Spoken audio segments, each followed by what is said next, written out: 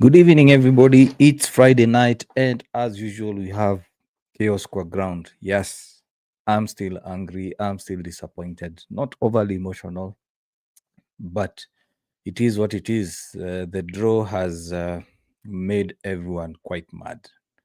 There is a lot of chaos. There is a lot of chaos on the ground, and today we want to discuss about the one name that is on everyone's mouth, the one name that is trending currently worldwide, and that is Ruben Amorim. So, yeah, as usual, I'm Simon. Welcome to the UKG Chaos Square Ground podcast. We do this every Friday. And also make sure you head over to YouTube, hit the subscribe button, hit the like button as well.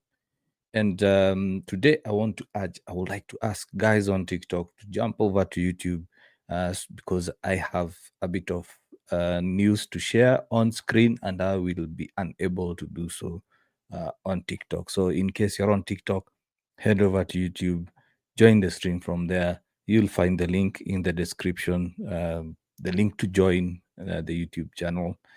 You'll find us live there.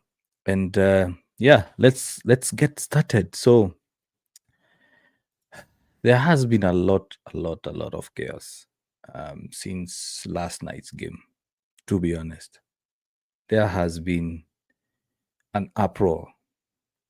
In fact, an uproar is an understatement. If we are honest, a lot of a lot of fans are not happy with Ruben Amorim.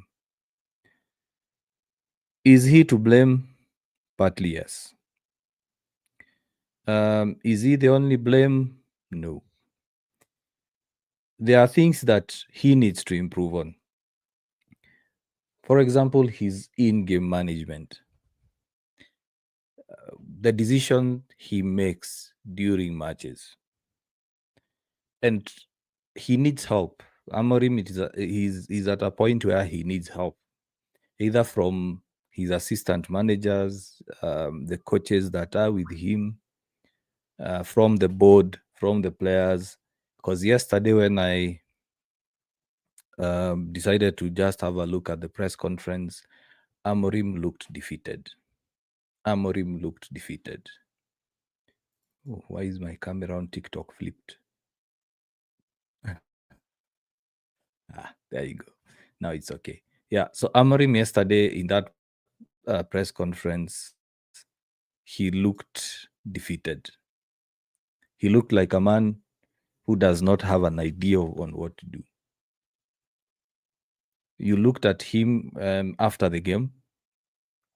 He didn't even want to go greet the players. He didn't want to greet the referees. He was just walking on his own. He looked angry.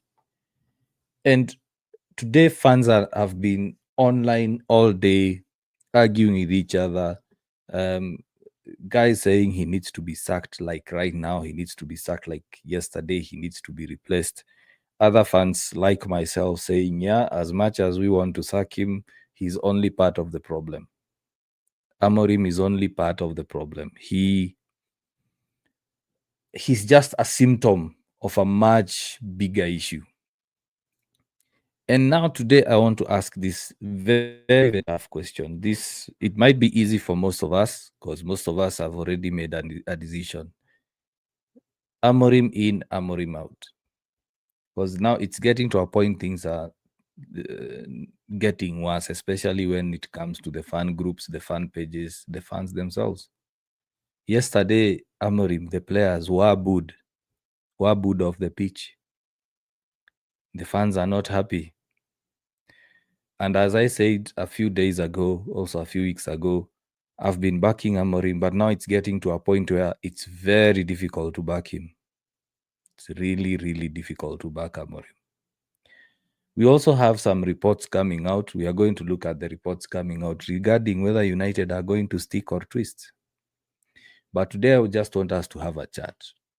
I would also want us to have a discussion.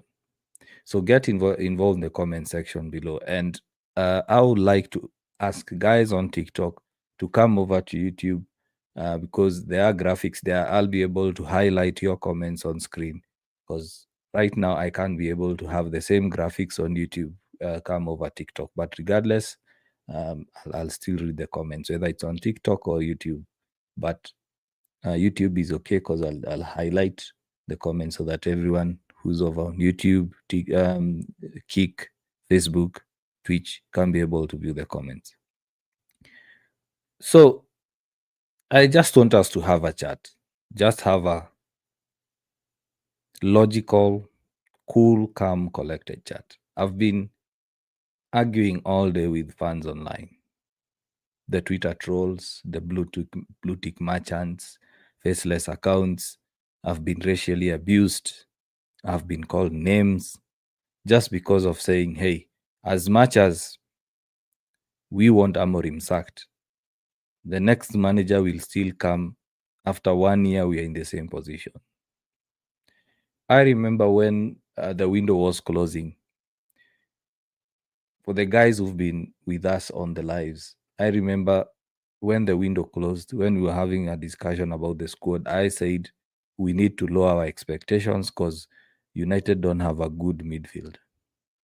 We looked at the options. Guys complained about Bruno, especially after that Fulham game. And I said the best midfield combination we have is Casemiro and Bruno. The whole day, the fan base has been saying, yeah, Mainu could have played, should have played, bring on Shialesi. That's what a United manager does. And I agree with every bit of that. United is built on youth, courage, success. That's the mantra, that's the motto. Youth, courage, success. Sir Busby had the Busby babes. He trusted the youth. They came on, they played good football, they won titles.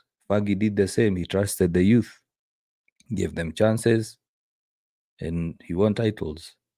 The previous manager before Amorim, they played youth. At least we have one player who has been given opportunities by Amorim. Then I looked at the current academy players we have, and I said it, and I posted it on TikTok, and I said, bringing young players to this environment right now, it's very damaging. Look at Len Yoro. He's a young boy. The fans killed him online because of one or two poor performances. Look at that Dogu. Dogu is 20-year-old, 21-year-old. The fans are slaughtering him online.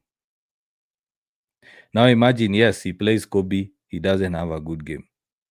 He plays Shialesi, doesn't have a good game. The same fans who are crying out for the young players. What will they do? Will they support them or will they turn on them?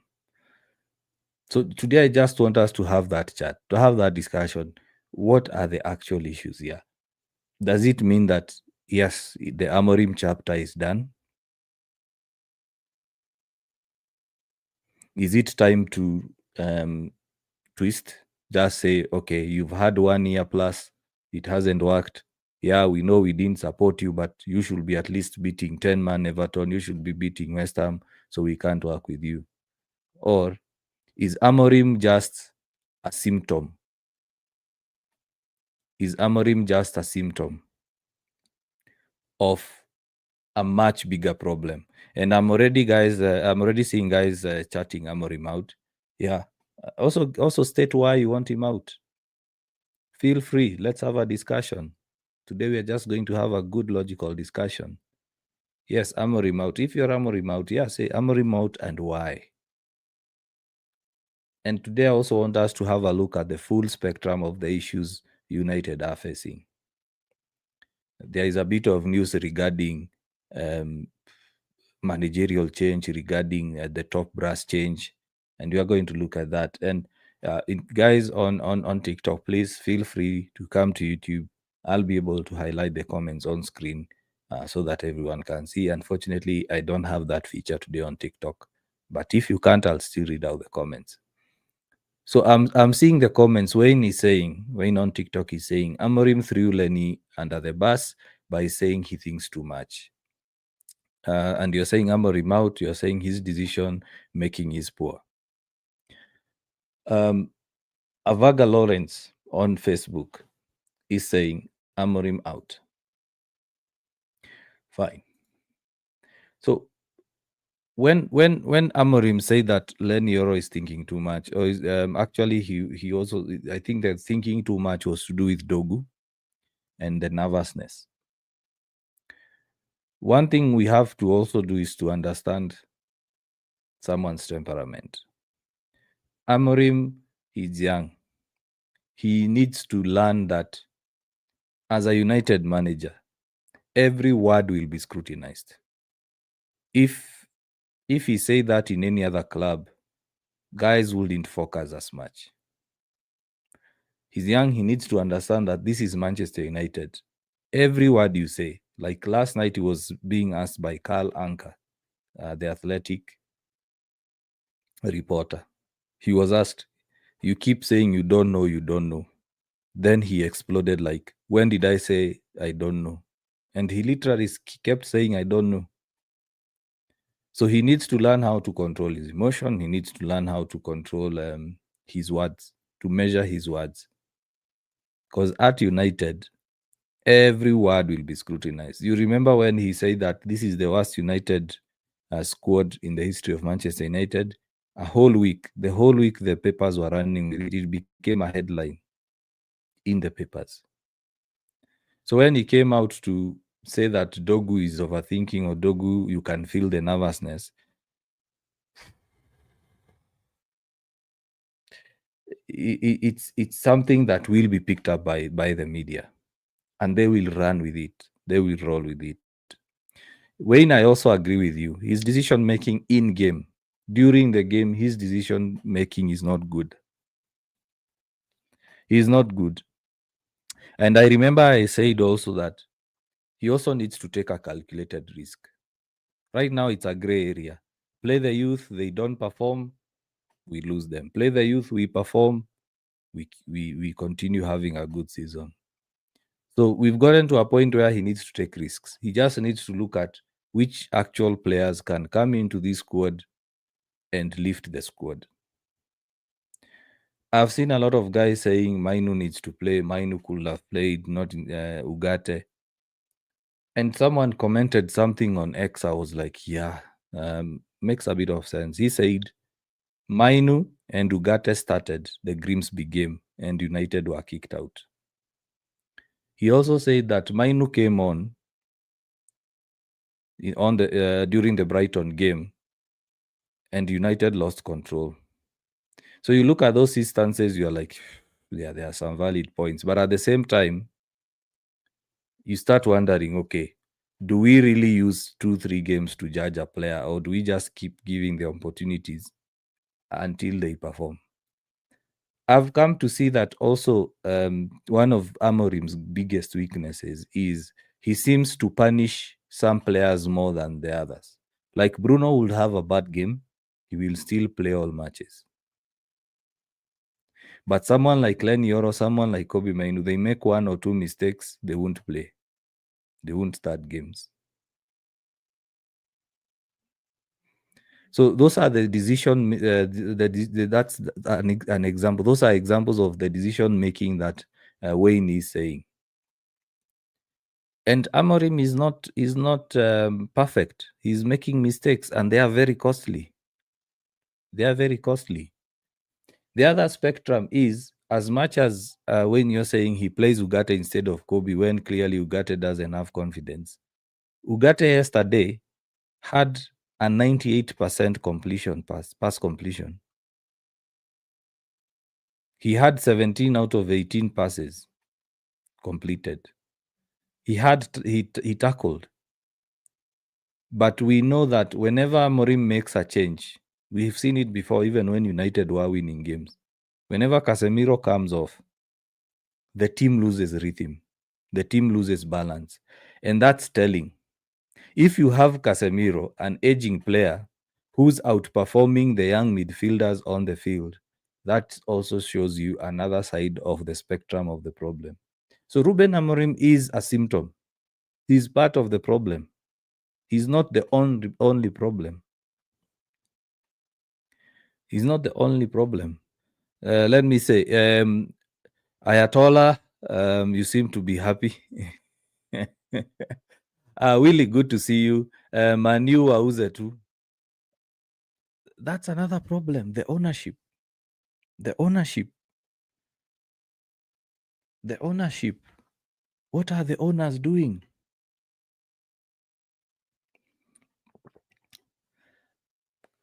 I've just mentioned when we were live during the deadline day, after the deadline day, in one of the shows, I said, lower your expectations with this team. Those guys who've been with UKG since then, you heard me saying this. I kept saying, lower your expectations. And I remember in one of the shows, I said, we are at that level of Akina West Ham, Akina Fulham. I remember mentioning that. I wish I could get that video and replay it for you guys. I said United squad back then when the transfer window was closing. I said it. I said this squad is there. We are at number 12, number 11, number 10 there. That's this squad. Most fans look at that squad on paper and say this is a good squad, but good names does not mean the squad is balanced. On X, I posted a reply, and I had a lot of people coming to me and saying that I'm deluded. I said Nottingham Forest have a better squad than United. Then I told them, yeah, let's look at the facts. Nottingham Forest have options in attack. They have options in midfield. They have options in defense. They have options in goalkeeping. They have options at fullback. Nottingham Forest can decide today we are going to play 4-4-2 comfortably. Tomorrow we are going to play 4-2-3-1 comfortably. The next day we are going to play 5-3-2 comfortably. Even if we say United are going to play 4-3-3, we don't have good options. Because fine, you'll play Casemiro, you'll play Bruno, you'll play Mainu in midfield. When one of them is injured and the other one gets tired, who do you bring on? I say today I want us to have a measured conversation. Let's say we play a 4-3-3. You play Mainu, you play Bruno, you play Casemiro in midfield. Let's assume Casemiro gets a red. Or let's say he gets tired. Like yesterday, he was tired. He had to be subbed off. And then let's say Kobe or Bruno gets injured. Who comes to play in that position? You'd have to start looking at the defenders. Which defender can come and play in midfield?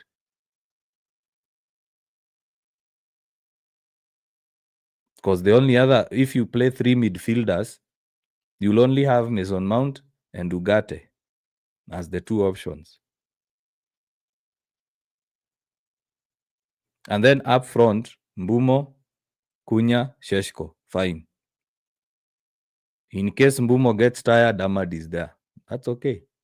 But what if Cunha gets tired and you've already subbed Mount to come to midfield? Do you now start saying Zaxi plays there? What if now Sheshko also needs to get subbed? So we don't have a balanced squad. We have a lot of players, but majority of the players are defensive players. I keep seeing guys saying that, oh, he was playing 5 defenders.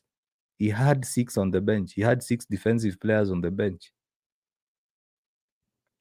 So those are the things I'm saying. We have to look at the full spectrum. And Amorim is not doing a good job in terms of making himself look good. Not doing a good job. Absolutely not doing a good job. And you look at even how he's responding, it's even making it worse. It's making it worse. Kevin, hello there. Yeah, hello to you too as well. Ayatollah, you can say, can he really play youths? Amorim, I don't expect that he has given 0 minutes to any youth in Manchester United. Well, Kobe started in the Grimsby game. What happened? Kobe came in the Brighton game and United were comfortably winning. What happened? Those are the things that we as fans also forget. I also want Kobe to play. I also want Shialesi to play. I want all this. I want Chido to play. Chido last season got a couple of games. He didn't perform well. So as I said, it's a catch-22. It's the way United are being defeated. I'm also feeling defeated. Like, how do we solve this? Honestly, how do we solve this? Even if he's sacked and we bring on the same man, the next manager, United will only have a short bounce, and we are back to this dross. We are back to this dross. At the same time, you keep Amorim, you continue getting the same result. So, what do we do? Ayatollah. Yeah, he will play the youth. You get the Grimsby kind of results. He doesn't play the youth, we complain. I'm, the whole day I was just sat asking myself those questions. Like, I decided, you know what? I think I'm focusing on the wrong problem. I decided to go back to my default. I say Amorim is a symptom, and we actually have to look at the full spectrum, starting from the top.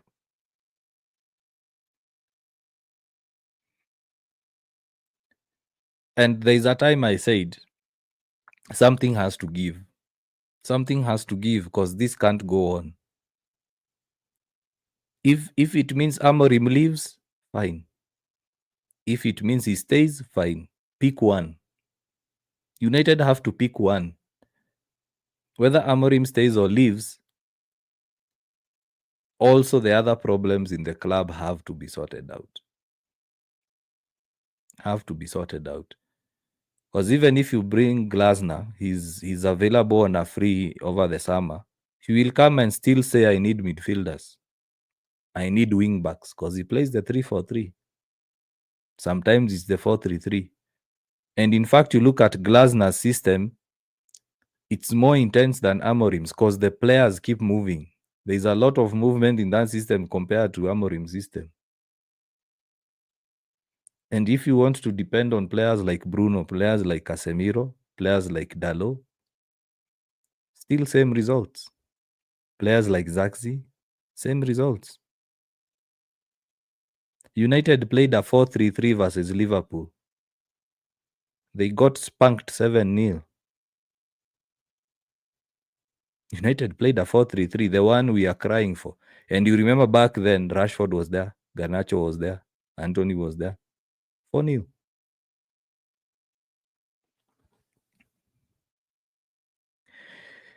When you are saying if we judge players on a few games, then Bruno deserves to be benched. Exactly. And that's what I'm saying. That's one of the things that frustrates me with Amorim. We know Bruno is good. Fine, he is good.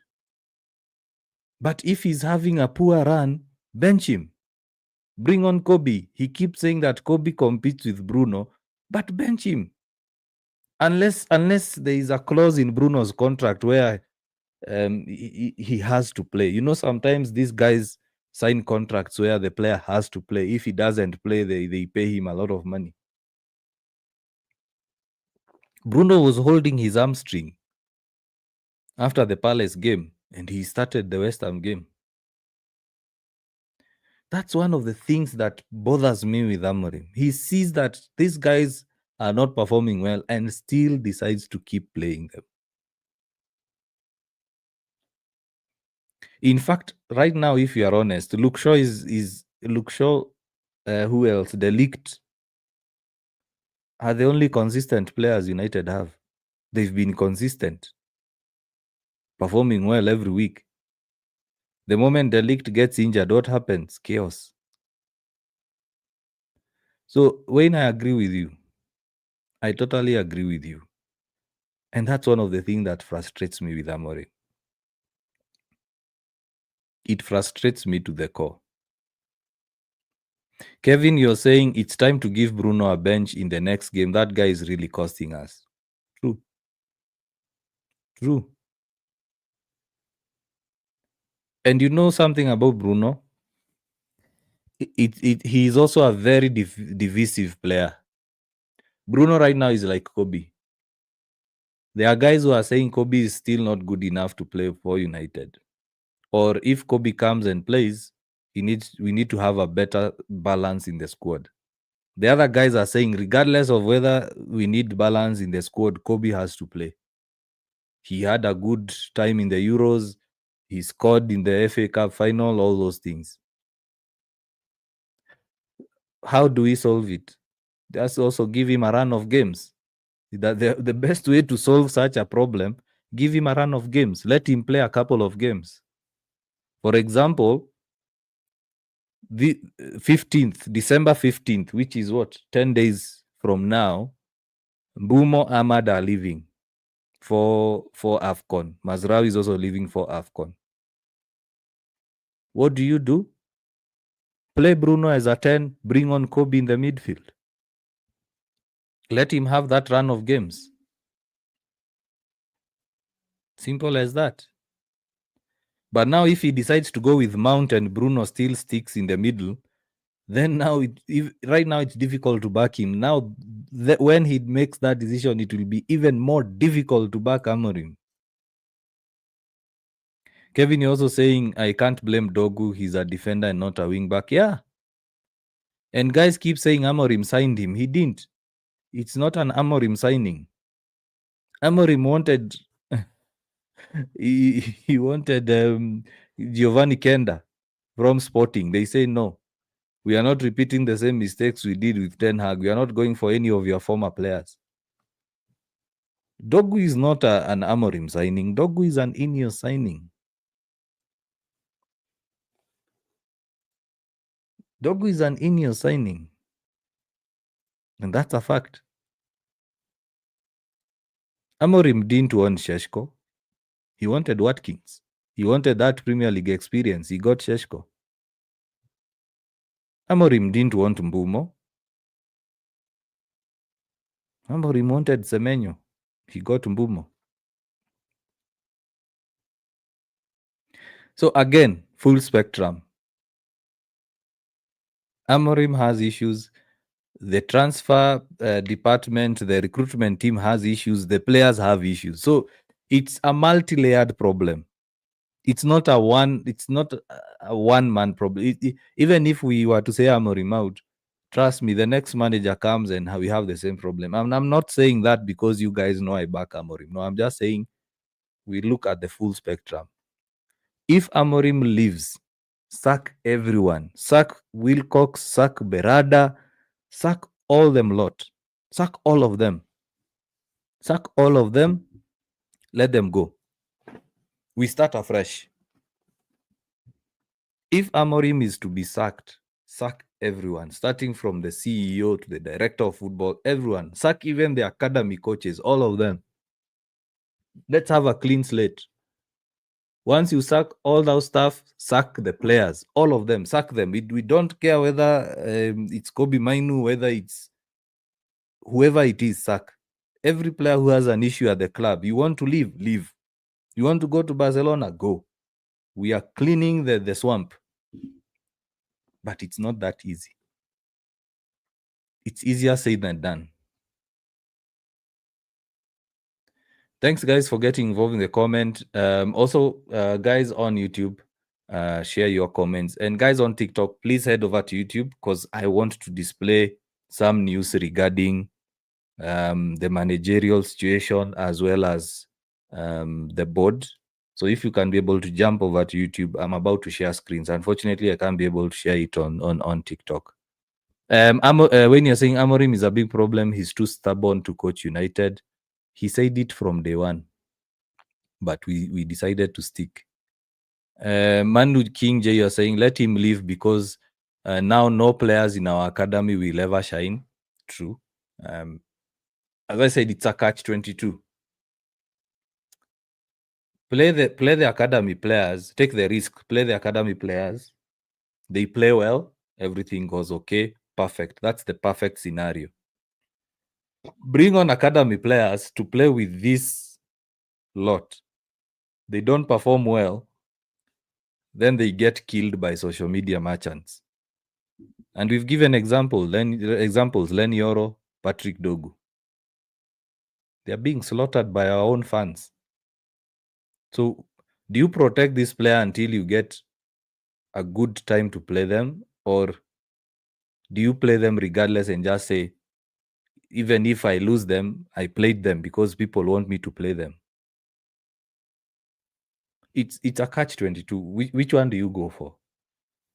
So when I'm arguing points, I usually try to argue from also the person going through the situation. Like, let's say I'm having a discussion with you, I'm arguing with you. I also try to put myself in your shoes.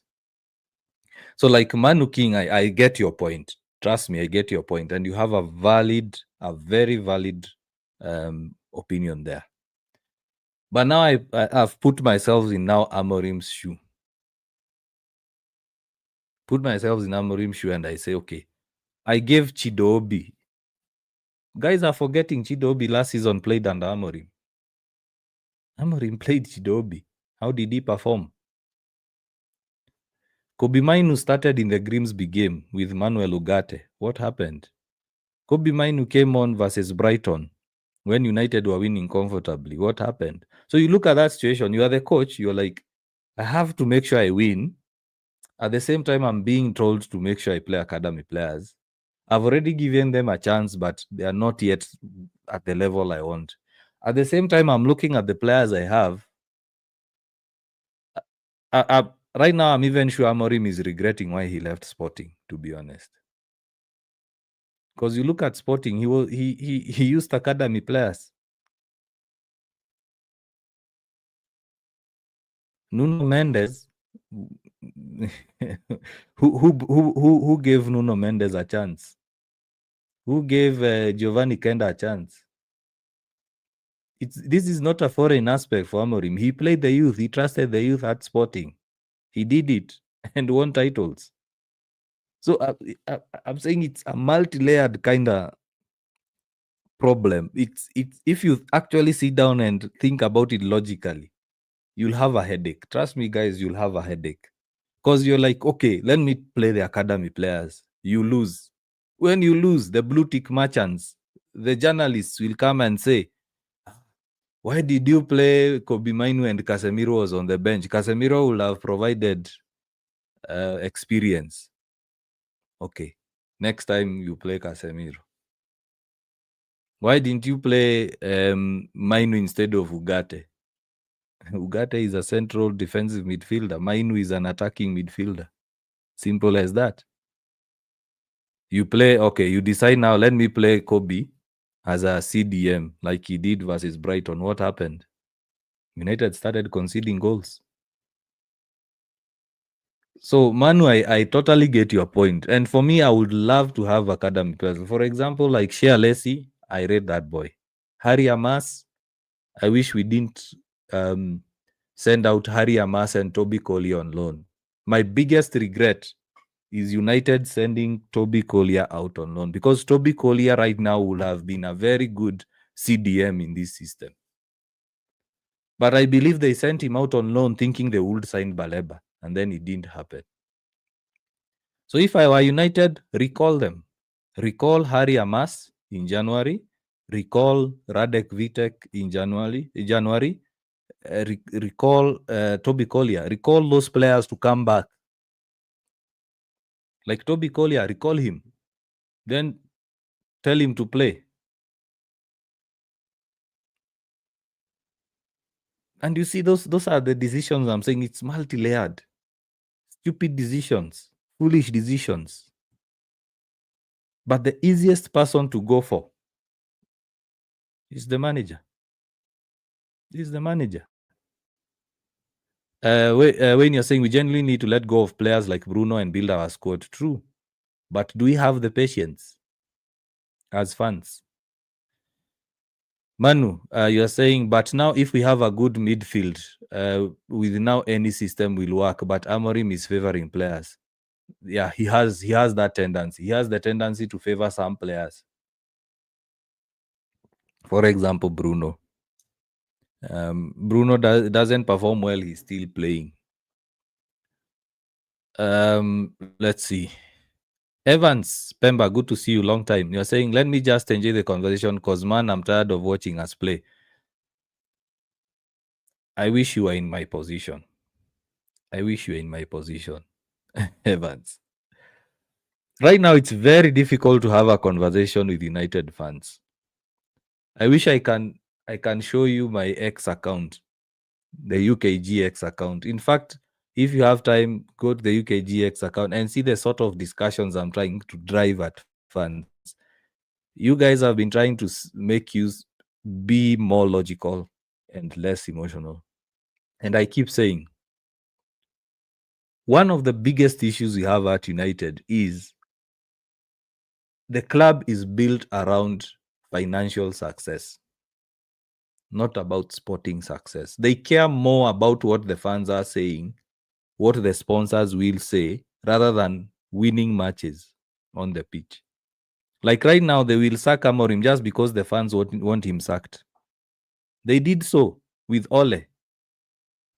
Ole was performing well. Ole just needed a few players and he was winning the title.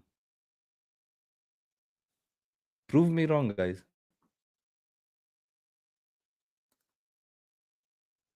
As much as, yes, he was second place with a huge distance, Ole was playing some good football. He was playing with academy kids. Then instead of bringing him a good forward, we give him Cristiano. Why? Because the fans will buy shirts. The fans, the sponsors will love it.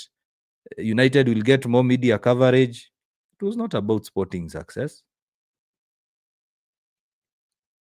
No. So, same script. Same script. Ten Hag, we knew how Ten Hag played his football from Ajax. And Ten Hag played with youth players at Ajax. He came, fans made noise, change your system, change your philosophy, change your system, change your philosophy. He changed. Won a couple of games here and there, won the Carabao Cup. Eventually, he perished because it was not sustainable. Amorim came and said, this is how I play. So United had two options. So now I'm not even speaking about Amorim. I'm speaking about the decision by the board. Berada Wilcox looked at Amorim and said, this is the manager we want. Amorim told them, because these guys have discussions, the manager usually shares his vision. The manager says, this is how I'll be playing my football. There's a reason why some managers were not selected when United were looking for managers. They went for Amorim and they said, we love your proposal. We love your vision. How can we support you? Then from day one, Amorim said, you'll see an idea. This is how I play. Then all of a sudden, we are complaining that he's playing five at the back.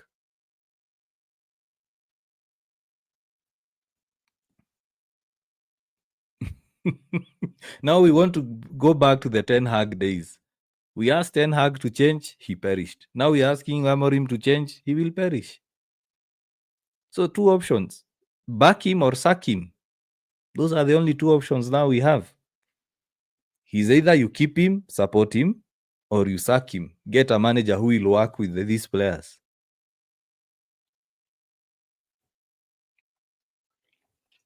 United finished 15th.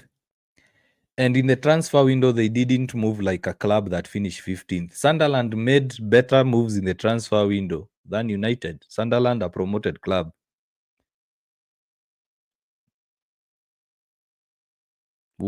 Had a better transfer window than United. Why? United don't have money.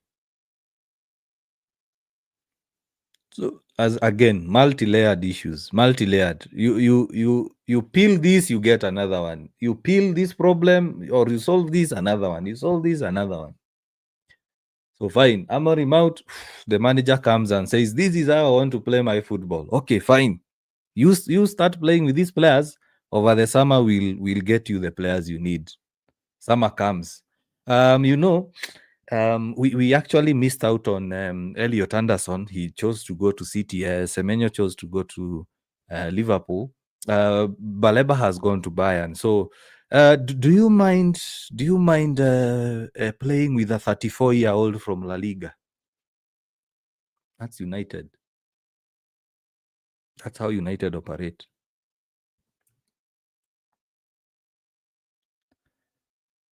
So Evans, trust me, I'm very very frustrated as a United fan. I'm really really frustrated because it's one layer of problem over another over another. Amorim is making silly mistakes, amateurish mistakes. He's seeing these mistakes and he chooses to keep the same. He saw what happened versus Everton, decides to go with the same system, same setup.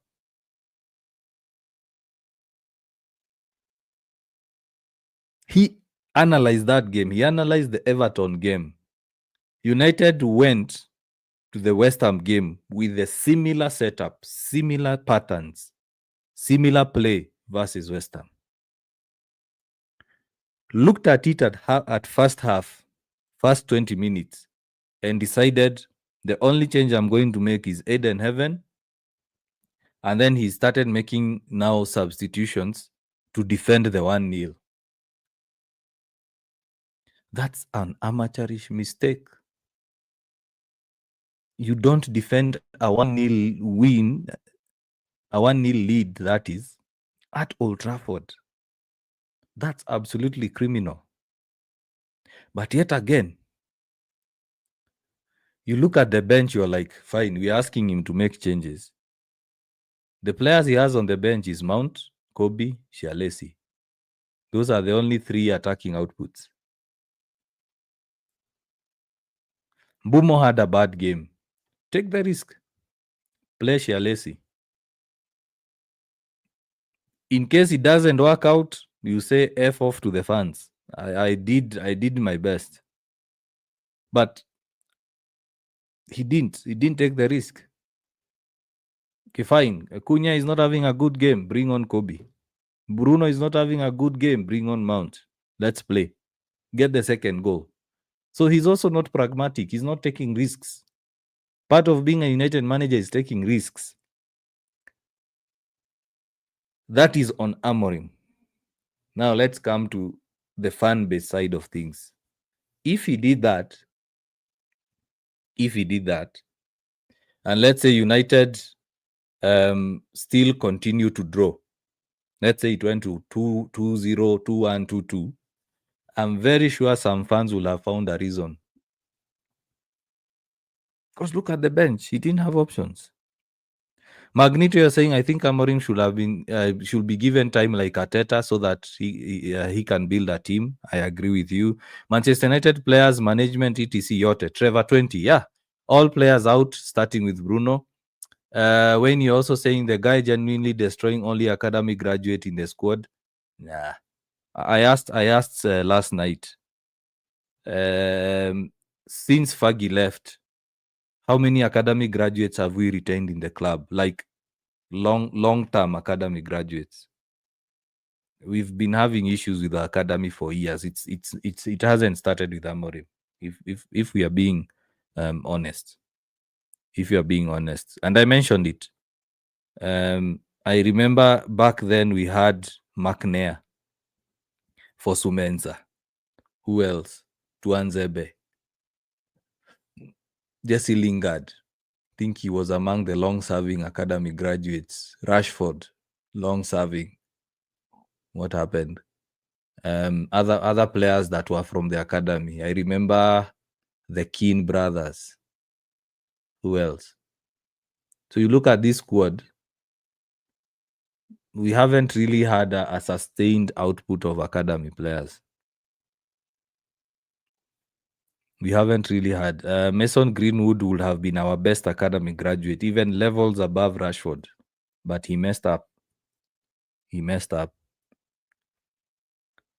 McTominay, he's good at Napoli right now, but to be honest, he wasn't really that good at United. If we are honest. Who else? Which other academy graduate can I think of?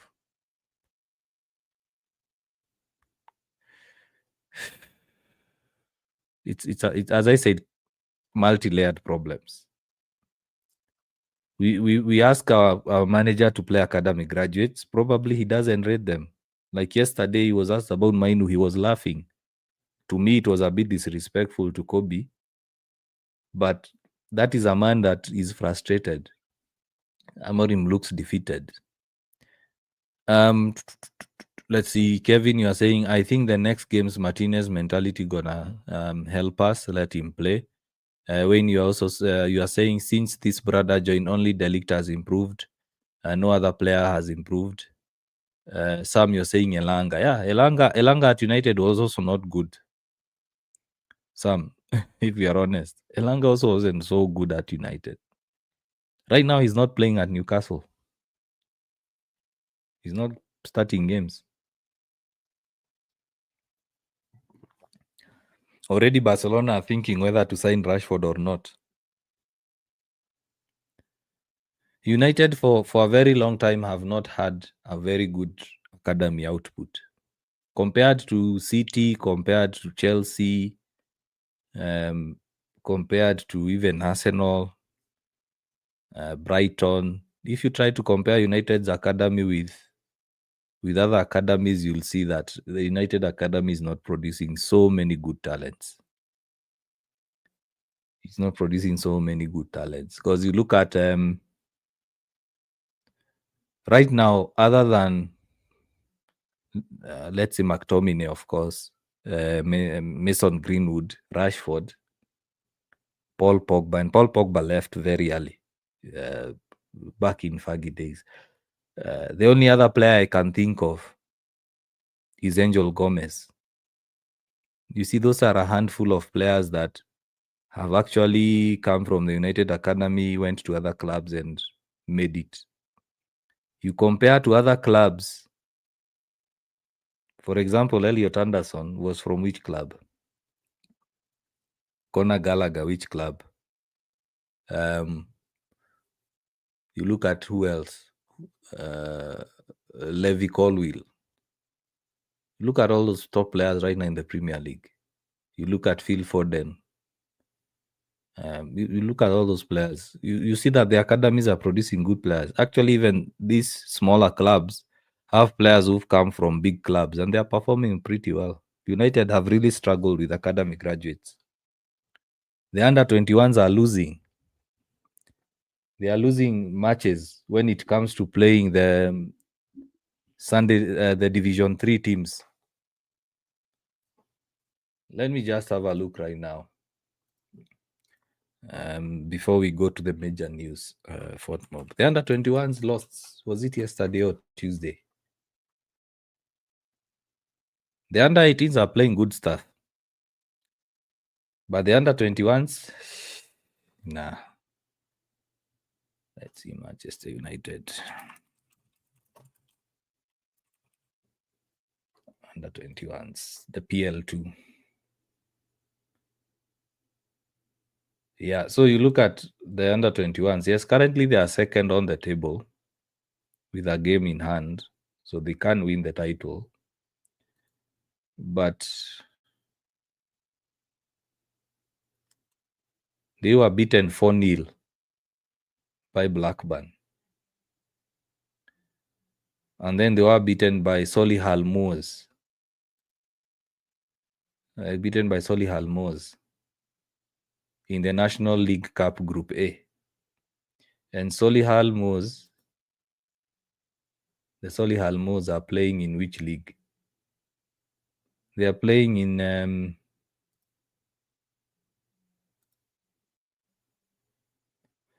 they're playing in the National League. So these are PL2 club, Premier League 2 club being beaten by a National League club. A club who has a stadium of 5,500 capacity. The under 21s. Yeah, so let me now share the screen. So guys on TikTok, feel free to jump over to YouTube so that you can be able to see these latest reports. This have come from IndyKayla News. Recently, he's been a bit accurate when it comes to reporting, and this is what he said. He said that exclusive, the Glazers are not happy. High-level meeting is set fan groups have had enough. The Glazers are stepping in to address the growing concerns at Manchester United, particularly regarding manager Ruben Amorim. While co-owners Ineos are inclined to give him more time, the Glazers are, as the majority owners, are pushing for a change according to sources. They are worried that Amorim's performance is jeopardizing the club's business model.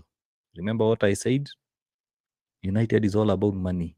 It's all about money. They are making that decision because of business model, not because of sporting reasons, not because of United are not winning the league, are not challenging for the title. No, it's for business model. So they are worried that Amorim's performance is jeopardizing the club's business model, especially with the Champions League qualification on the line this season.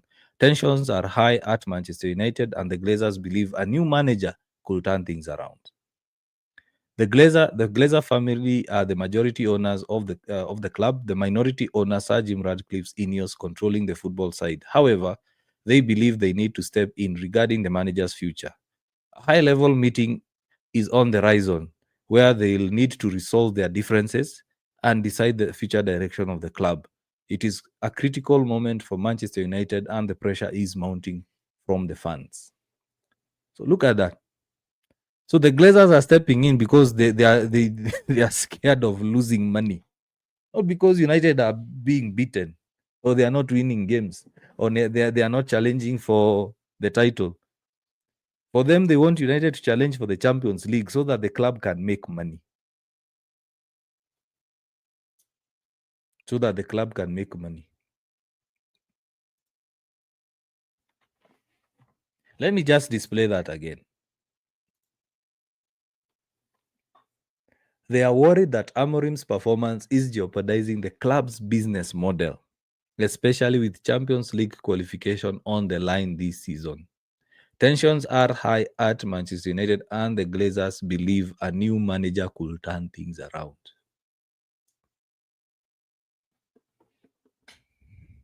Anthony on TikTok, you're saying, I don't believe anything regards the Glazers, and it's all about money. The Glazers specifically with all their time in charge, what did they do? Lol. That's why I want them out. They don't care. The Glazers are right. That's Ture Osman. You're saying the Glazers are right. Yeah, they are right, yes, because they own the club. But at the end of the day, if your model is just to generate money, then you'll never win titles. I don't think you look at, for example, Bayern Munich, you look at Real Madrid, you look at Man City right now, you look at Liverpool. They are not really concentrating on getting money. They are concentrating on winning titles, challenging for Champions League, because when you actually participate in those trophies, you win those trophies, you get more money. So it should be the other way around. Like invest to challenge for those titles, and then you'll get more money. Like United started generating a lot more cash because Ferguson was winning titles. Ferguson was winning trophies.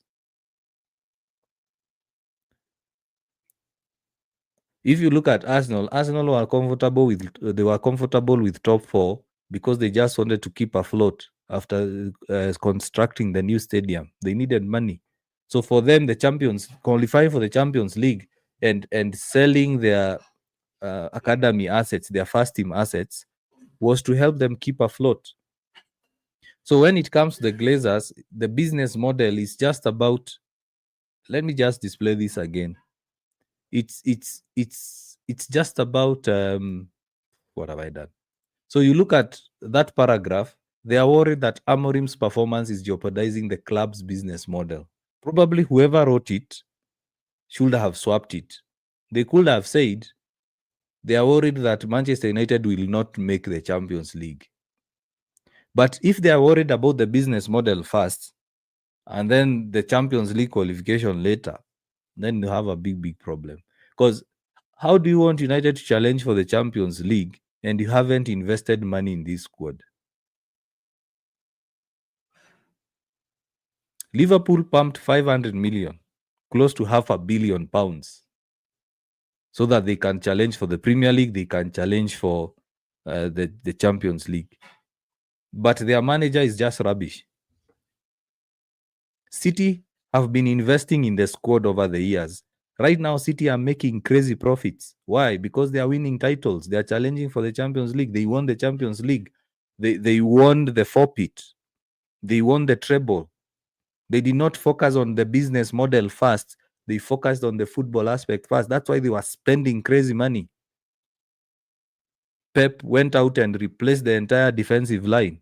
At that time, they were not thinking about the business model. Even if they were thinking about the business model, they invested in it to get now where they are right now. And that's a fact. But United is the other way around. We let's focus on making money. As long as the squad can continue getting into the Champions League, as long as we get money, let them just qualify for the Champions League. That's why you see they don't see the need to invest in the squad. That's the reason why they are not investing in the squad. Now, looking at the other bit of news is exclusive. The Americans at Manchester United are not happy with Jason Wilcox, the director of football role at Manchester United. Review planned, information from club source. Remember what I said. If Amorim was to go, Wilcox also will have to go because they sacked Ashworth. Ashworth didn't want Amorim because Dan Ashworth said the players we have can't fit Amorim's system. Then he was they vetoed him. They went to Spain and Portugal. They spoke with Amorim, got him. Dan Ashworth wanted another manager. He wanted an English manager that could actually work with this squad. So that tells you, as much as, yes, we are saying Amorim out, there are also crappy decisions being made at the top. They decided to go against their director of football's recommendation, and they paid 20 million for him to come from Newcastle. That's wasted money. These guys paid 10 million to get Amorim from Sporting. That's another wasted money. They'll pay him the contract, and they've already paid 10 million to get him from Sporting. So even if they want to have a nice business model, they are wasting money on the wrong assets. Alexis, you're saying Manchester United will lose to Wolves. Mark my words. Yeah, because Wolves will come out fighting. And knowing these players, they'll throw Amorim under the bus, especially having seen these reports that he will be sacked. We've seen this script before. Remember Ten Hag in 2024? Last season, we lost to West Ham 2-1. Do you remember Dalot had a chance to score? Wide open goal. What did he do? They are still searching for the ball in the moon. The ball landed in the moon. It's what these players do. So for me, the only way to solve this problem, two options. Option number one, stick with Amorim and support him. You know he plays the 3-4-3. You know he wants athletic players. He keeps saying he needs athletic players. He keeps saying he needs midfielders.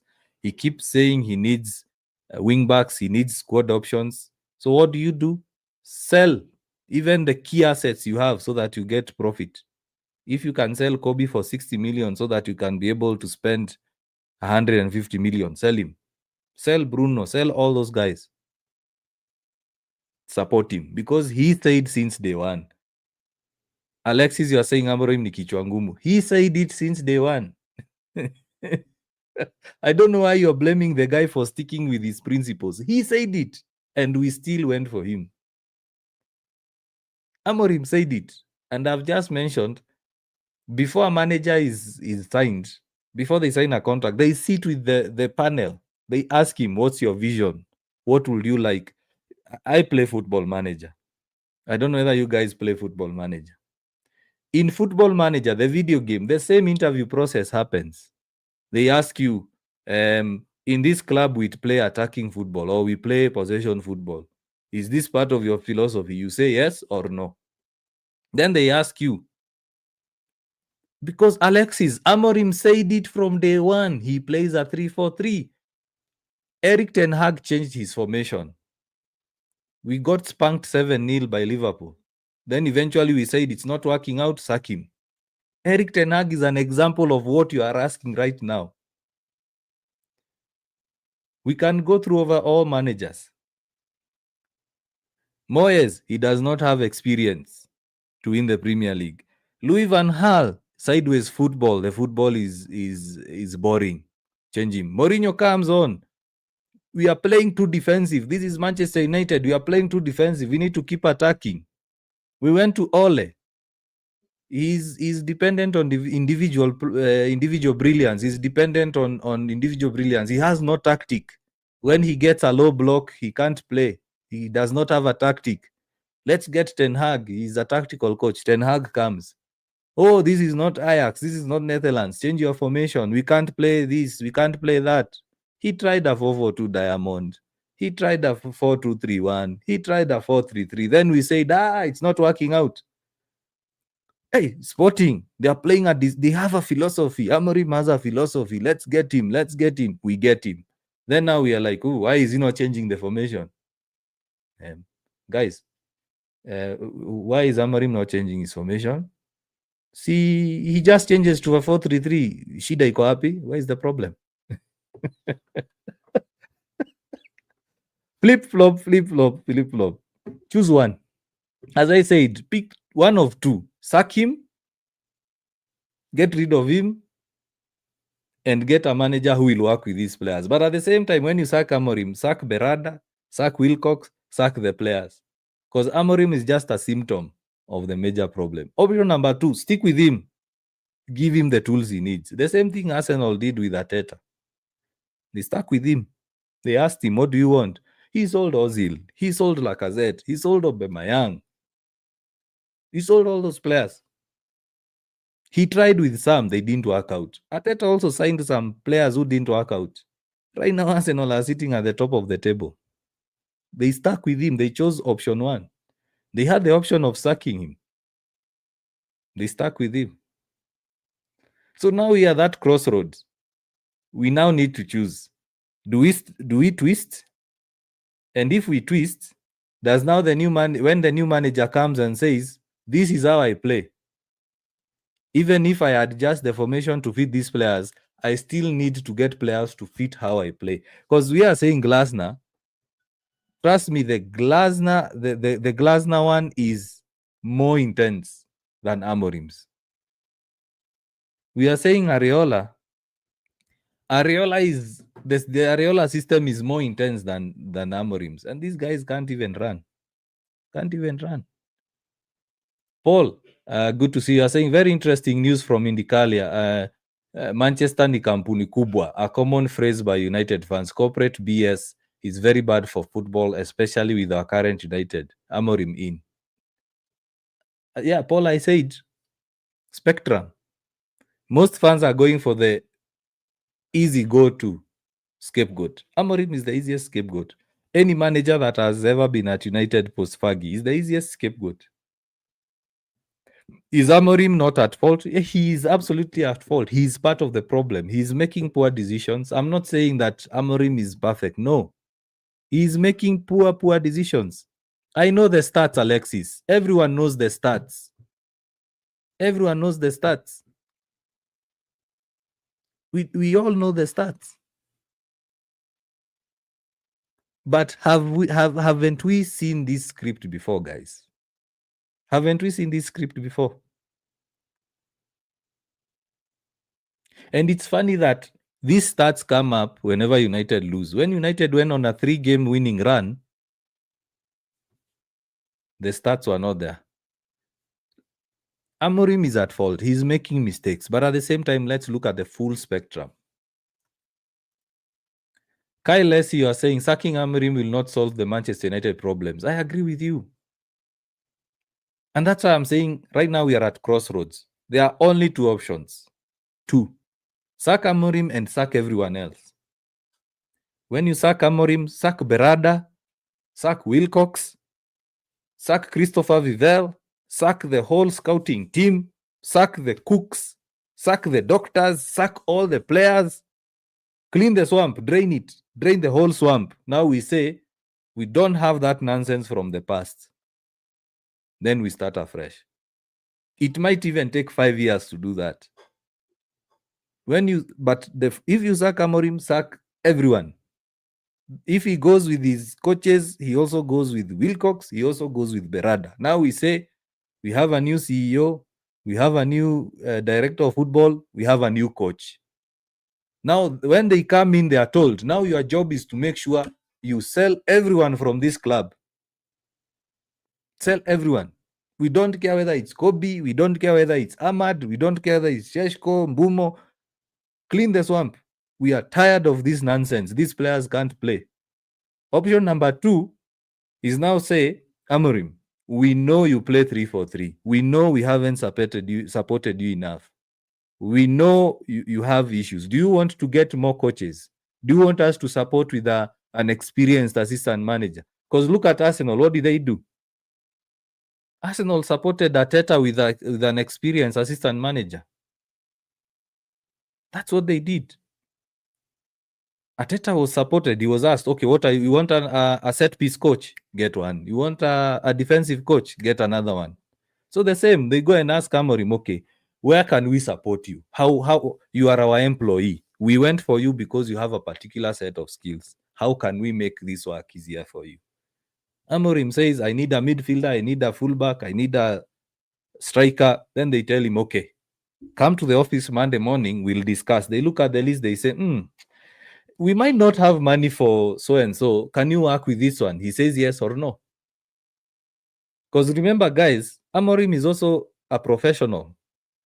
He can easily walk out. The guy paid 10 million before to leave a job. He has. He's also a professional. He knows that if he loses the job, to get another one will be a big problem. So, Alexis, remember Amorim, 41 games, 18 losses, 13 wins, 10 draws, poorly. He's clearly the worst manager United have had. He's to blame. The players are to blame. The board are to blame. So from now on, I don't want us to look at Amorim as the only problem. He's part of the problem. He's not the problem. He is part of the problem. Amorim philosophy will work with the right players. Baramin. Yeah. Ture, you're saying they need to sack Amorim fully. Marcus, you're saying, I believe this system is holding us back. As I said, two options. Stick or twist. There is no other way. Amorim, since day one, he said he won't change. Why are we shocked when it's happening?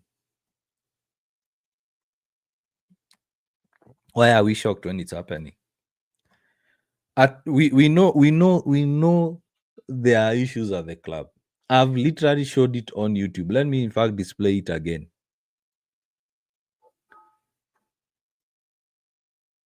Third paragraph. The Glazers are worried that Amorim's performance is jeopardizing the club's business model. These bastards are not even worried about not winning titles, not winning games. You fans, us as the fans, we are worried about winning matches. These guys are worried about losing money.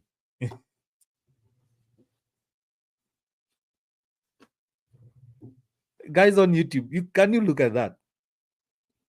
Guys on TikTok, come over and see what I'm displaying. I'm not giving you hearsay. This is something that has been posted as news. They are worried that Amorim's performance is jeopardizing the club's business model, especially the Champions League qualification on the line this season. They didn't give Amorim a midfielder. They bought a goalkeeper in the last 24 hours of the window, and everyone knew United needed a goalkeeper. Everyone, even the blind and the deaf, knew Manchester United needed to get rid of Onana. They went for him after United lost to Arsenal and drew with Fulham. Now they realize, we can't work with Bayern here. These guys are worried about losing money than actually winning matches. Because if they wanted to win matches, they will call in Amorim and ask him, how can we support you? And then in January, like right now, if United was a serious club, let's just be honest. If United was a serious club, right now we could have had United have bid X amount for a certain player. That's how a serious club moves. United finished 15th. They blinded us with Cunha, Sheshko, and Mbumo, and we thought now everything is okay. And they've always done that every season. These guys do that. You remember United needed a good midfielder. They blinded us with Casemiro. We needed a good defender. They blinded us with Varane. We needed good strikers. They blinded us with Cavani and Ibrahimovic. That's what United do. Right now, fans are frustrated because like, hey, Mbumo scored 20 goals, Cunha scored 15 goals, but they didn't actually solve the problem. If Bayandia kept clean sheets versus Arsenal versus Fulham, trust me, right now Bayandia will still be playing at goal, and Tom Heaton will have been our second choice keeper. The Glazers, I'm telling you, the problem starts from the top. Amorim is just a symptom. If you have a flu,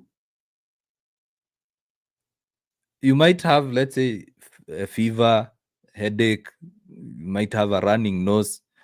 You can't take a painkiller, stop feeling the headache, and then you say you've cured the flu. The flu is still there. So even if you unplug Amorim from that, still the same problem. So what I'm saying, two options: stick or twist. Stick with him. You know how he plays. Support him. Whatever he needs, no questions asked. Support him. That's what Pep got. That's what Klopp got. That's what Arteta got. Maresca doesn't even ask. He's just given. The Chelsea board wake up this morning and find, oh, United have scouted Anderson. Let's go for him. That Maresca just wakes up. He sees on X, oh, we are getting Gittens. So I wasn't even aware. Oh, Garnacho as well. Oh my. Oh, hey, we are going for Baleba. I didn't even know. That's how Maresca operates. Pep is like James Trafford. But I'm seeing Donnarumma is available. James Trafford, welcome back home. But Donnarumma, come. Welcome. Number one shot. Start. No questions asked. No questions asked. Liverpool. Ekitike. How much is in the bank? We still have a 300 million in the bank. No worries. Florian Wirtz, Isaac, come. But United, PSR, academy, then window is shut down. It starts from the top. So Amorim is just the headache, but you haven't cured the disease. You've just cured the symptom. I think the top is divided and they need to be in one direction so that they can back the manager. Yeah. The reports here state that there is a division. There's a division between the two.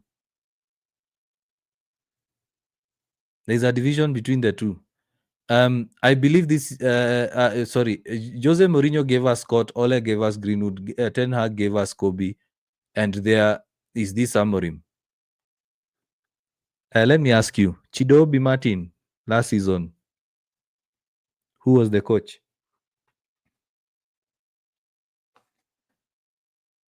Chidobe Martin, who was the coach? Alexis. Ayatollah is saying the day we agree Amorim is clueless, then I'm telling you guys, stop looking at one aspect of the problem. It's the easiest one to go for. It's the easiest one. The actual problem are these owners. Sack Amorim now. Next year, same time, we'll be talking about this. We said it during Eric Ten Hag's time. We said, you sack Eric Ten Hag, we are going, 1 year later, we'll be here. Amorim is just 1 year at United. And I'm telling you, sack Amorim right now. You start all over again. Start all over again. Same cycle. Hire, half rebuild, sack, repeat. Hire, half rebuild, sack, repeat. Same cycle. We say that Amorim is stubborn. What about us? Instead of going for the Glazers, we go for the easiest target. Why? Because it's easier to target Amorim than the owners. It's much easier to target Amorim than the owners. Right now, the narrative on the media is Amorim should be sacked because of the academy, and you guys are chewing it up. I'm not. You have valid opinions. I'm not discrediting your opinions, but me, I'm just trying to tell you, widen the spectrum to include the owners, to include Berada, to include Wilcox. That's why I'm saying two options. You stick with him, you give him what he wants. If now he fails, you now say, we gave you everything you needed, sort of. Or option two, drain the swamp completely. Start from the CEO, sell even the club. Everyone goes. We start afresh.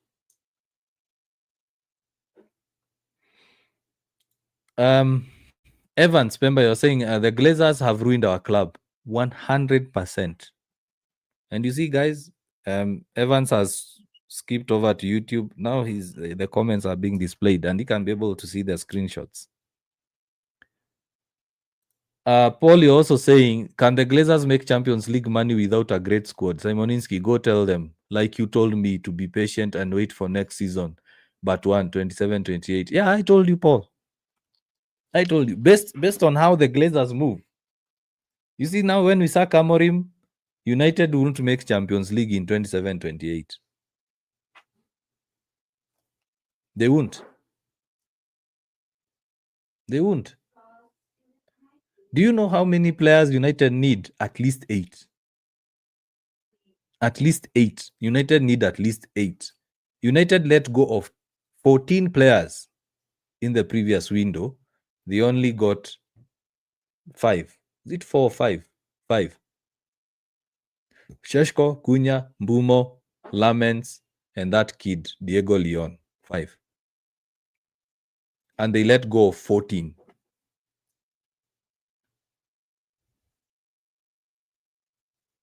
So Ayatollah, we agree. Amorim is clueless.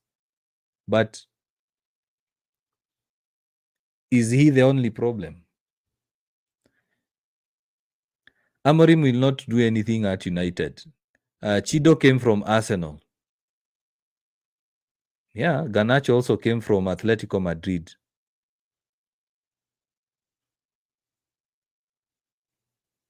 And Eric Ten Hag gave Garnacho chances. And whenever you mention Eric Ten Hag, you are saying Garnacho.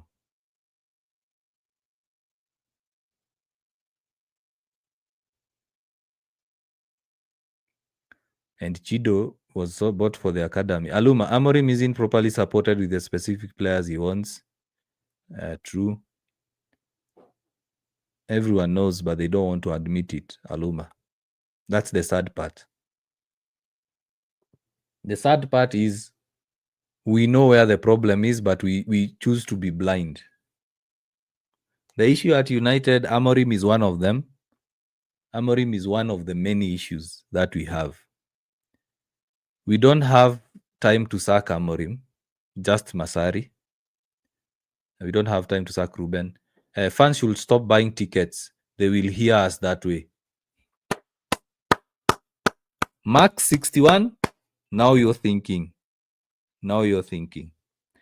I said it, was it yesterday or during the midweek debate? I said, I believe the Amorim outers, the big accounts saying Amorim out on X, I believe they've been paid by the owners to distract the fans from the real issue. Honestly, because you try to go to my X account and see my replies. I'm trying to drum like the way I'm trying right now to make you see the sense in that Amorim is a symptom. We've been dealing with symptoms. We are not dealing with the cancer. We are not dealing with the disease. because you speak to the Amorim outers, all of them are saying the same thing. Amorim needs to go. But when you actually ask them, has he been supported? Then they come tell you which player has improved under Amorim. You're telling me, okay, fine, there are no improvements, no doubt about it. He has made mistakes, but we say the same thing with the previous managers. So can we just try once something different for once? We see. No, no, no, no, no, no.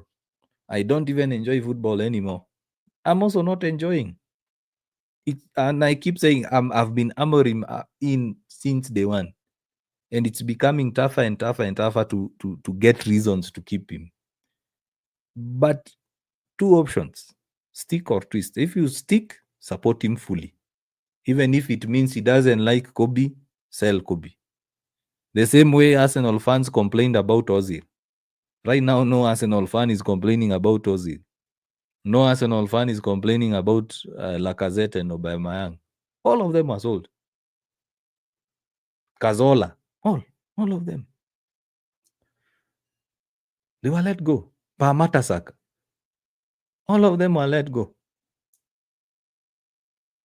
The other option, sack. Sack Amorim. And if you sack Amorim, sack everyone who appointed him because they don't have a clue about running the club. That means Wilcock goes, Berada goes, everyone who made that decision to appoint Amorim, they are incompetent. Sack all of them. That's the only way to sort out this problem. But as long as the Glazers are in this club, United will never go back to the top. There is a reason why Ferguson won the title and retired. And David Gill left. David Gill was the CEO. There is a reason why both of them left at the same time. Because they saw this is not sustainable. These guys are more interested in money than actually playing football. That's why both of them left at the same time. Who did they bring? A banker. The Glazers brought in a banker, Edward Woodward, to run the club. Someone who doesn't know football. Amorim is suffering from the past 10 years of mistakes. He's suffering from that because we get a manager, rebuild, slightly rebuild, get the other manager, rip the script, rebuild again. So you look at this squad, it has a mash of players from LVG's time all the way to Ten Hag's time. We just keep mix and mash. So you look at this squad, it's not even balanced. That's why right now we have 500 defenders and 2 strikers.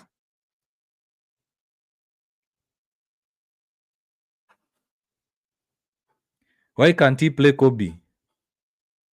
We are also asking the same questions, but at the same time, as I said, number one, this guy spends more time with Kobe than us. We only get to see Kobe on Instagram reels and 90 minutes of football. That's what we get to see. But this guy is with Kobe in training, in the gym. He knows what he eats. He knows the time he wakes up. He knows the time he goes home. He spends more time with Kobe. We only get to see Kobe for a glance.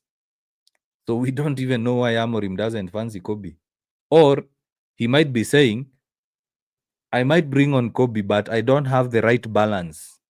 As I've said, United have like 20 defenders and 2 strikers. You looked at the bench, a goalkeeper, 5 defenders, 2 midfielders, and 1 winger. We didn't have even a striker. So you look at United right now, they are stacked with defenders. Those are some of the issues you look at. Number one, we don't know why he doesn't fancy him. He spends more time with him. Probably he doesn't train the way he likes. Or he might be looking at Kobe and saying, yeah, I really want to play you, but who do I play you with? So the best time to actually see whether Kobe will play is after next week when Kina Ahmad Mbumo go to AFCON. If he doesn't play him, if he doesn't play Kobe, then now we'll know for sure Kobe is not in his plans. It's more or less the same question. Like, why didn't Ten Hag play Ahmad? We don't know. Eric Ten Hag chose Anthony over Ahmad. We don't know. We don't know why he decided to play Anthony ahead of Ahmad. We have no clue. Absolutely, we have no clue. So, like, why was Eric Ten Hag always playing Martinez, even if he's injured? We don't know. And there are players on the bench. Amorim is a good manager, but I don't think the system has shown it can work in the Premier League consistently. Marcus, yeah, that's true. But a question would be, has he been given all the right tools to actually show some consistency? For example, I keep saying, can we give Amorim a slot kind of situation, a Maresca kind of situation where he's spoiled for choice? Like Maresca right now is confused. Who plays? Who doesn't? He looks at the bench, he looks at the squad, he's like, do I start Ganacho? Do I start Gittens? Do I start Pedro? Do I start Estavao? I wish Amorim had that kind of a headache. So right now, Amorim is looking back at his bench. He's like, Kobe Ugarte. Now, who do I start as a CDM? Let me just play Ugarte. Mino is not playing. Mino is not playing. And he's like, I need someone who can press. Between Kobe and Mason Mount, who can press? Then he looks back and says, we are 1-1. Do I play Shealesi? Do I play a defender? Then he makes a mistake. He plays a defender. But imagine on that bench, he had someone like Sheshko. He had, let me even bring back the old players. Let's say he looks at the bench, he has Martial, he has Rashford, he has Sesko. Those are the attackers. He looks at the midfield, he has Fred, he has Pogba. And then he looks at the goalkeeper, he has David De Gea there. Imagine if he had that problem. He says, Sheshko, I need to play long passes. I need to play long balls. Go in. Rashford, Martial, come on. Get in. Dribble. Get past players. Shoot at goal. But he doesn't have that option. We need to accept United are at best a mid-table club. Amorim is the problem. Decided to keep Bruno. Bruno disgusts me. Bruno is very, very annoying. I do agree. Amorim is a problem, not the problem. There are more than one problem. It's multi-layered, Harrison. That's from the owners. It's like an onion. You peel, you find another layer. You keep peeling. We've literally seen the Glazers are worried about business model than winning matches. So it's multi-layered. It's not only Amorim.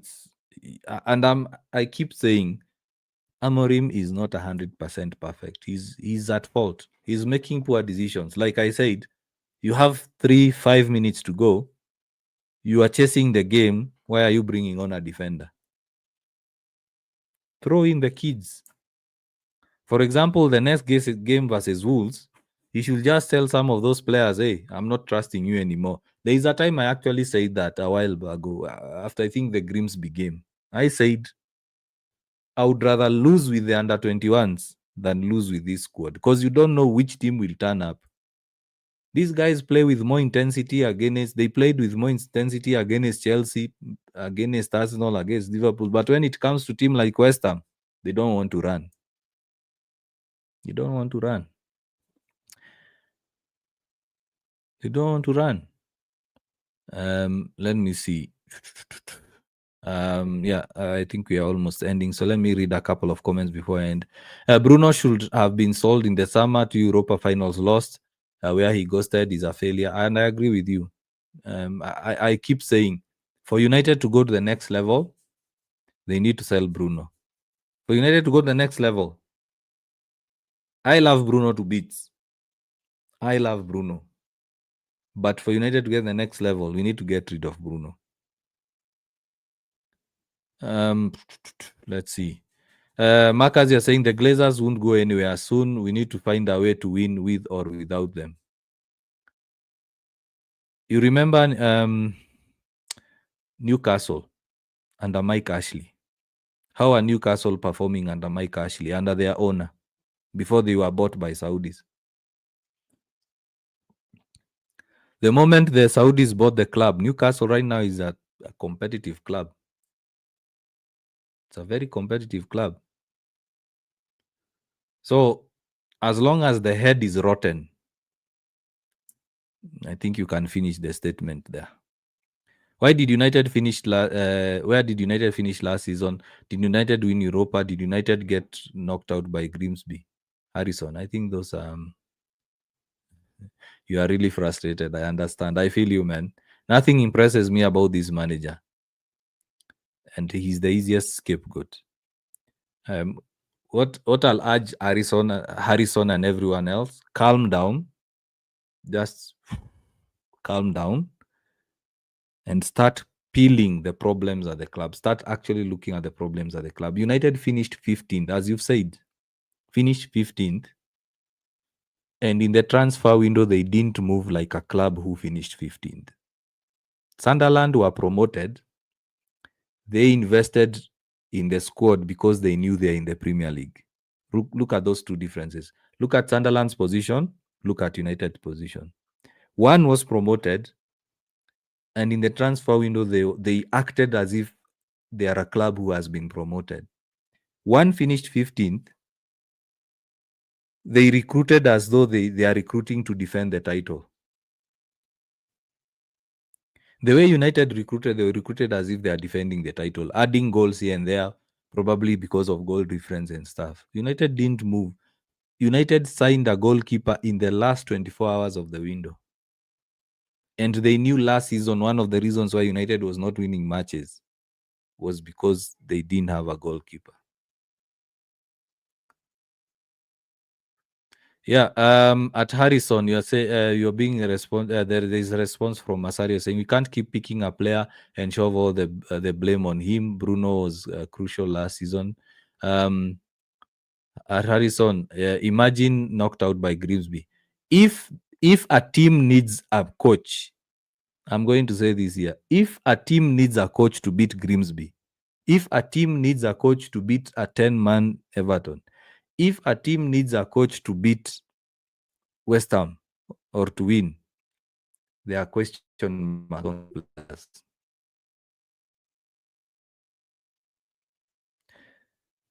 You remember Fergie doing this? So when Fergie was doing this and United were getting comebacks, how was he coaching comebacks? Question to you guys. When Fergie used to do this, look at the watch and do this. Is it in training? Was he standing in training and doing this, and then automatically the players know what to do? It's mindset. If you need a coach to beat Grimsby, if a Premier League team needs a coach to beat Grimsby, the issue is not the coach. Fergie used to do this. All of a sudden, the players are playing like wild animals. I want you guys to actually go back and watch some of those documentaries. The players used to say Fergie was just bashing them. He was just telling them, you're playing nonsense, blah, blah, blah, blah, blah. All of a sudden, everyone is switched on because they had the winning mentality. These players have finished 8th, 10th, 5th, lost finals, and you expect them to be competitive. If a team needs a coach to beat Grimsby, we have no team. And the coach can't sit down with a controller on the dugout and start pressing buttons. Okay, Bruno through pass, Cunha overhead kick. No, he gives instructions. He has trained them. You go play. It's here. It's here. He's a problem. He's just Hollywood passes all the time and he loses the ball, no physical presence. True. Playing an attacking midfielder in Bruno in midfield, this manager is clueless. Which option does he have? Okay, fine. Let's switch the formation. I gave an example of a 4-3-3. In a 4-3-3, you'll have Shesko up top, Mbuma on the right, Cunha on the left, And then in the middle, you play Casemiro. On the right, you play Bruno. On the left, let's say Kobe. What happens when now you need to make substitutions with the squad we have?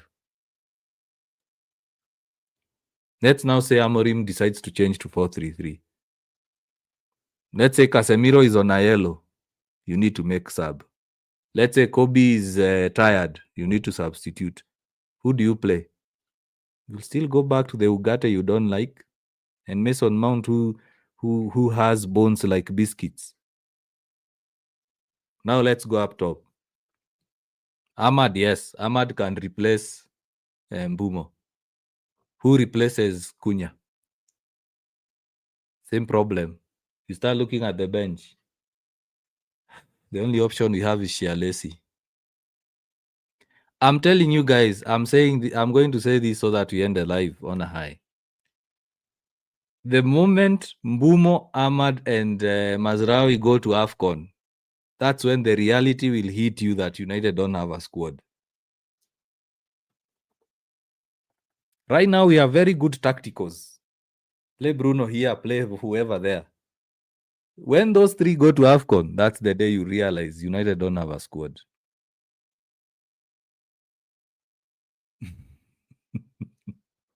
I think I'll end it at that.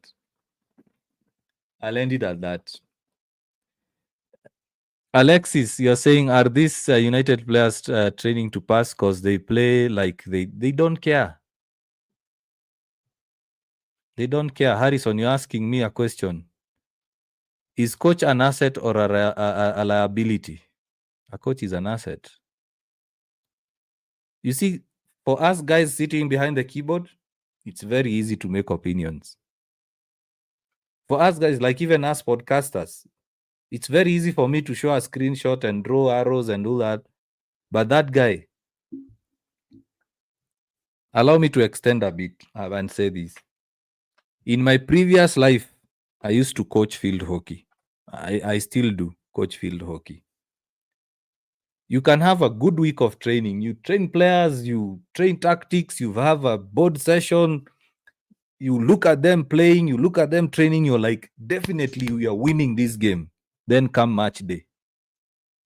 During match day, your best player is late or he slept at 2 a.m. playing FIFA. Your goalkeeper fought with his wife. He's in a bad mood. Your captain is having issues at home. Probably the mom is sick or the daughter is sick. They come in a bad mood. Sometimes they come in a good mood. The opponent scores the first goal. All of a sudden, their mentality is gone. As a coach, you literally can't do anything when you're on the touchline. You can't stop the game like, hey, time out. You come and speak to them. You can't. The game has already started. And I'm telling you, the whole week, these players trained like superstars. I remember there was a game, a playoff game, a semi-final playoff game. We win it. The team we were to play in the final, it was a relatively easy team to beat. And we have the title. What did the players do? Consider the first goal. Heads dropped. And this is a team that had won the entire season unbeaten.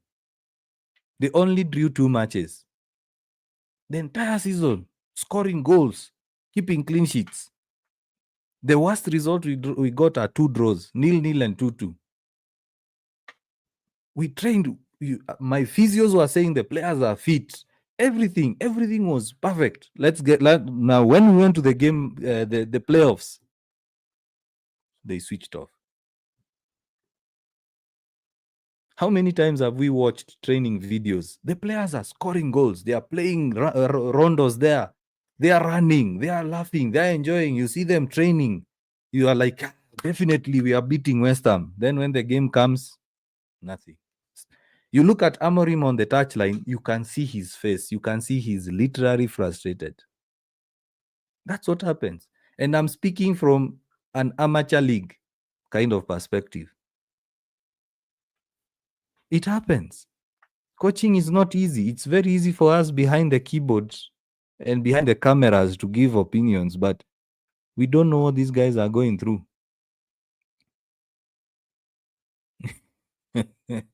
Harrison, you're saying Amorim decided to keep his cousin and Bruno to play out of the position. Whose fault is that? Well, you are also my cousin. Harrison, you're also my cousin because all of us came from the same parents, Adam and Eve. So you're also my distant cousin, as well as Alexis is my cousin. Paul Gadi is my cousin. Evans Pemba is my cousin. All of us are cousins. We all came from the same genealogy. None of us dropped from heaven. So all of us are distant cousins. It just depends on how far back you go. Come on, man. Let's be honest. The lot is not good enough. So is Luke Shaw. So is Maguire. So is Bruno. So all of those players are not good enough. But when it comes to selling them, it's now a Twitter debate. Like go back to X and check the debate that was there for guys who are saying Bruno should be sold while others are saying Bruno should not be sold. Amorim made me hate football. At Manchester United, let me wait for AFCON and World Cup. Boaz, I told you, I think Boaz, you are here since day one. I kept telling you, and I'm telling you guys now, lower your expectations. Guys, lower your expectations. When it comes to United, lower your expectations. We are expecting elite performances from a mid-table club. That's what you're expecting. He is worse than Moyes, my brother. Come on. Really? Moyes inherited a title-winning team. Moyes had Rooney. Moyes had Robin Van Persie. He had Vidic. He had Evra. He had Ferdinand. He had the Rio brothers. And you're saying he's worse than Moyes? Come on, you can't be serious. Can't be serious, Harrison. That's just emotion speaking. Calm down, guys. Don't be overly emotional. Calm down. It's football. At the end of the day, it's entertainment. Those guys are getting paid regardless. Harrison, at the end of the day, those guys are getting paid regardless. Whether they win, they lose, they are getting paid. You are the one who's Moyes won us a title. Which one? Which one? In fact, let me wait for this. Alexis, which title did Moyes win? Alexis, come on. Which title? Did he even finish the season?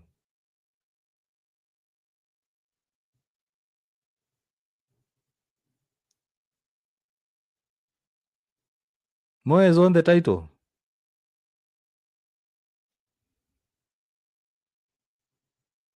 Which one?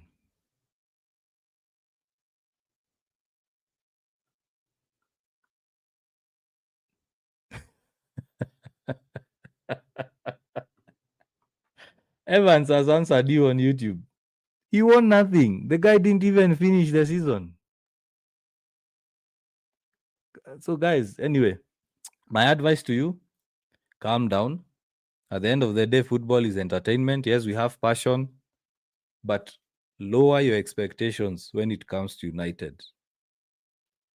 People will say standards, people will say that, but at the end of the day, United are not good enough to even finish for a conference league. In fact, United right now are in that position because other clubs are not performing well, and that's a fact. The reason as to where United are, is it 7th or 8th? Let me confirm.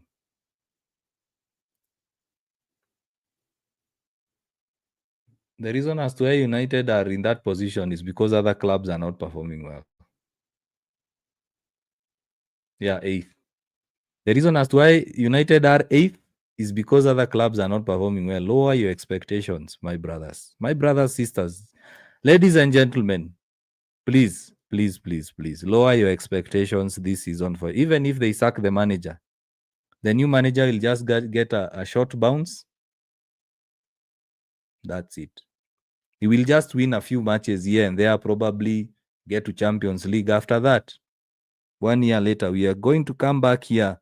Now it won't be Amorim out. It will be the next manager's name. Moyes won the Community Shield.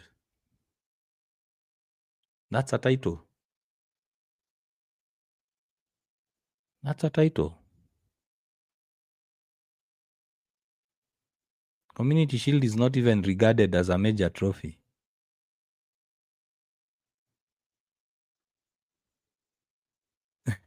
Yeah, the title is the Prem. Thanks, Harrison, for that. Yeah, so as I was saying, lower your expectations because right now Liverpool are ninth. If Liverpool were playing the way we know Liverpool, that means United go down to ninth. Newcastle are not having a good season, so that means United drop to 10th. Tottenham not having a good season, that means United drop to 11th. You look at that United right now. As I said, that squad is should be fighting with Fulham there, Leeds, West Ham. That's now United's level. That's where United, Everton. That is where United is supposed to be. But we expect United because we see that they have an opportunity to go top four. We blow up our expectations. So yeah, Evans, you're saying just wait and see the Wolves game. I'm telling you, these guys will play like their lives are depending on it. That's what they do. In fact, United might even go the next 3 games on a winning run. Win, win, win, win, win, win, win. And then all of a sudden, starts like this. So thanks, guys. It's been a long show, 1 hour and 46 minutes. It's been a very, very long show. Thanks for everyone who's joined, everyone who subscribed on YouTube. We are at 348 subscribers. Thanks for everyone who's commented, the likes of Paul Gadi, Kyle Lacey, we had Evans Pemba, we had Avaga Lawrence. On TikTok, we had Alexis Harrison, we had the likes of Kevin, everyone who's commented. Welcome to the UKG squad. I try to be as logical as possible. Every points are valid. At UKG, we usually agree to disagree. Every points are valid. Amorim has issues. He has made sackable mistakes. At the same time, the club has issues. So it's I'm urging you, lower your expectations, lower your demands, lower your standards, because United is no longer a top club. And that's the truth. So until next time, guys, cheers and bye-bye.